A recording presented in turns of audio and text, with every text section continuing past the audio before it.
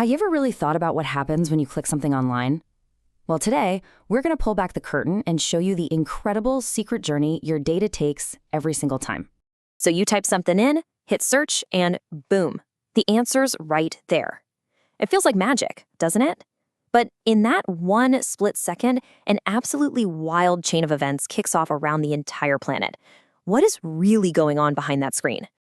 So, for the next few minutes, we're going to follow that single click. We're going to trace its path from your keyboard through a mind-boggling global network of cables and servers and all the way back to you, all in less time than it takes you to blink. It's amazing.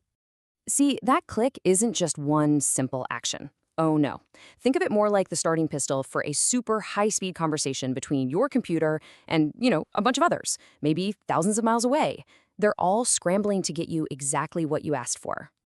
The best way to picture this is like an incredibly fast digital relay race. Your website request, that's the baton, and it gets passed between all these different specialized systems at pretty much the speed of light. So let's meet the runners in this race, shall we? Okay, so the whole complicated process really boils down to four main steps. First, you type in a web address, the URL. Then, your browser basically asks something called the DNS for directions. Third, it sends out an official request, that's the HTTP part, to the server's specific IP address. And finally, the server gets the message and sends the website right back to your screen. Now, I know that was a lot of jargon, so let's break down what all those terms actually mean. First up, we've got the URL. It stands for Uniform Resource Locator, but you can just think of it as a street address. It's a completely unique address for every single website on the entire internet. Simple as that. It tells your browser exactly where it needs to go. So you type in a name you can remember, right? Like google.com. The thing is, computers don't really get names. They speak in numbers. That's where the DNS comes in, the domain name system. It's basically the internet's giant automated phone book.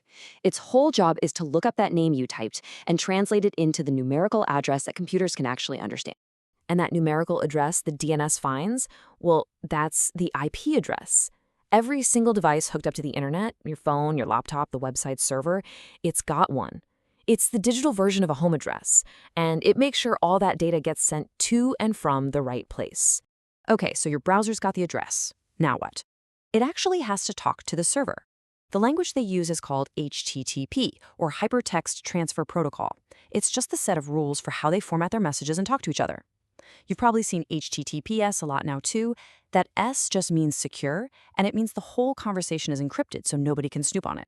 And finally, the request gets to where it's going, the web server. This is just a really powerful computer that's on 24/7. Its whole job is to store all the stuff that makes up a website. The text, the pictures, all the code, and then serve it back to your browser as soon as you ask for it. All right, so we've tracked the journey to a single website. But here's the kicker. The websites you find on Google and visit every day, that's just a tiny, tiny fraction of what's actually out there. The internet has these hidden layers that a normal search will just never, ever see. The absolute best way to picture this is the classic iceberg metaphor. The part of the iceberg you can see sticking out of the water. That's the normal internet we all use. But the vast majority of it, we're talking over 90%, is totally hidden beneath the surface. So let's break this down. First, you've got the surface web. This is everything we know and love. News sites, blogs, YouTube, stuff search engines can easily find.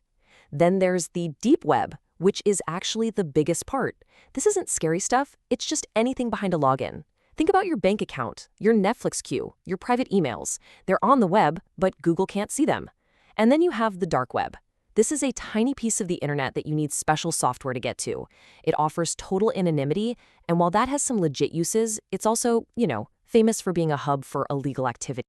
So, with all this data flying around and all these hidden corners of the web, it's probably no surprise that there's a constant battle going on. It's a fight between the digital guardians trying to keep things safe and the predators who are trying to exploit any weakness they can find. Now, you might hear the word hacker and immediately think of the bad guys, but it's not that simple. You've got white hat hackers who are actually the heroes.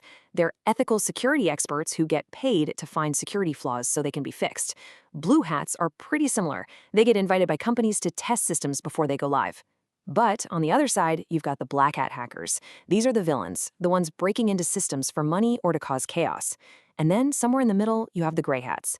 They operate in a moral gray area. They might hack a system without asking, but their goal is just to expose the weakness, not to do any real harm.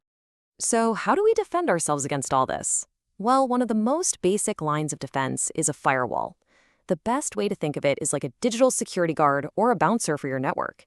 It just stands at the door, checks out all the data coming in and going out, and blocks anything that looks shady or breaks the rules. Okay, let's bring this all back home, back to you. Because every single time you go online, you're not a ghost. You're leaving behind a trail, a constant stream of data that creates what we call your digital footprint, or your online shadow. And a huge way that footprint gets made is through cookies. And no, not the chocolate chip kind. These are just tiny little data files that websites save on your browser.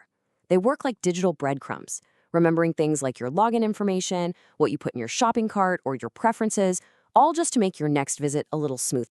And here's the thing to really let sink in. All of this adds up. Every single click, every search you make, every site you browse, it all contributes to this massive, ever-growing digital footprint. And unlike footprints in the sand, this one doesn't just wash away. And that really leaves us with one last pretty important question to think about. Your digital footprint is, for all intents and purposes, permanent, and it's telling a story about who you are. So, the question is, what story will yours tell?